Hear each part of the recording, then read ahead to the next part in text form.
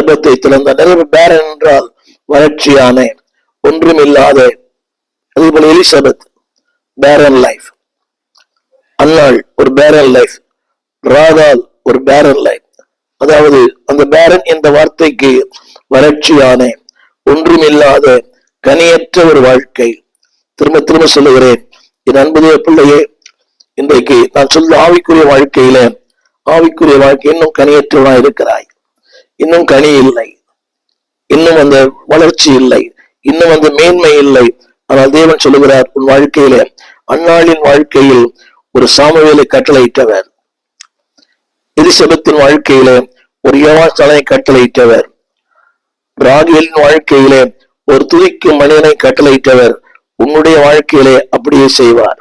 வேதம் சொல்லுகிறது, அன்பானவர்களே, ஏசாயா 66 சொல்லுவது, பெற பண்ணுகிறவராகிய நான் பெற செய்யாமல் இருப்பேனோ என்று கர்த்தர் சொல்லுகிறார். அப்படியானால் அவர் அந்த வார்த்தைகளை நீங்கள் பெற பண்ணுகிறவர். வாழ்வை, வசதியை, செழிப்பை, சமாதானத்தை, நிம்மதியை, அது ஒருவேளை குழந்தையை பற்றி கூட இருக்கலாம். ஆனால் சொல்ல ஒரு வார்த்தை, பெற பண்ணுகிறவராகிய நான் பெற செய்யாமல் இருப்பேனோ. அப்படியானால் உன்னை பெற்றுக்கொள்ள வேண்டும் என்று விரும்புகிறார். 66:10 கூட உன்னை சந்தோஷப்பட்டு உன்னை மகிழ்ச்சியோடு உன்னை மனமகிழ்ச்சியாக்க தேவன் 11 மகிமையை, இந்த வார்த்தை படிக்கிற கேளுங்கள்.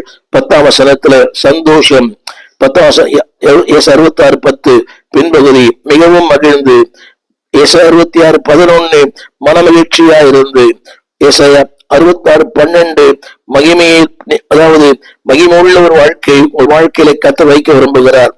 66:14 ஒரு இருதயம் மகிழும். 66:14 பின்பகுதி, உங்கள் எலும்புகள் பசும் புல்லை போல செழிக்கும். என்பதே பிள்ளையே, நீ பாழான இடத்தில் இருப்பது சித்தம் அல்ல, செழிப்பான இடத்தில். இப்ப நான் சொன்ன அந்த வசனத்தில் எல்லாமே மகிழ்ச்சி, மனமகிழ்ச்சி, செழிப்பு, வளர்ச்சி. கவனிங்கள், இந்த பாழான வாழ்க்கை என்ன செய்ய தெரியுமா? இடம் பாழானது. அது என்ன செய்கிறது? அந்த வார்த்தை கொடுக்கிறேன். அதாவது பாழ் நிலம். அது இன்னொரு தெரியுமா? ஏன் பாழ் நிலமா இருக்குது? ஒரு கிறிஸ்தவ வாழ்க்கை பாழ் நிலம். ஜெபம் இல்லை, வேத வாசிப்பு இல்லை, துதி இல்லை, ஆராதனை இல்லை, அங்கே கர்த்தருடைய வல்லமை இல்லை. கவனியுங்கள், ஆண்டு சொல்லுகிற ஒரு நிவாரணம் என்னவென்றால், அதில் ஒரு வார்த்தை சொல்லப்பட்டிருக்கிறது. 20ஆம் வசனம், அப்பொழுது ஒரு புது தோண்டியை எடுத்து அதுல உப்பை போட்டு கொண்டு வாருங்கள். சொல்லப்பட்ட வார்த்தை, அன்பானவர்களே, அதாவது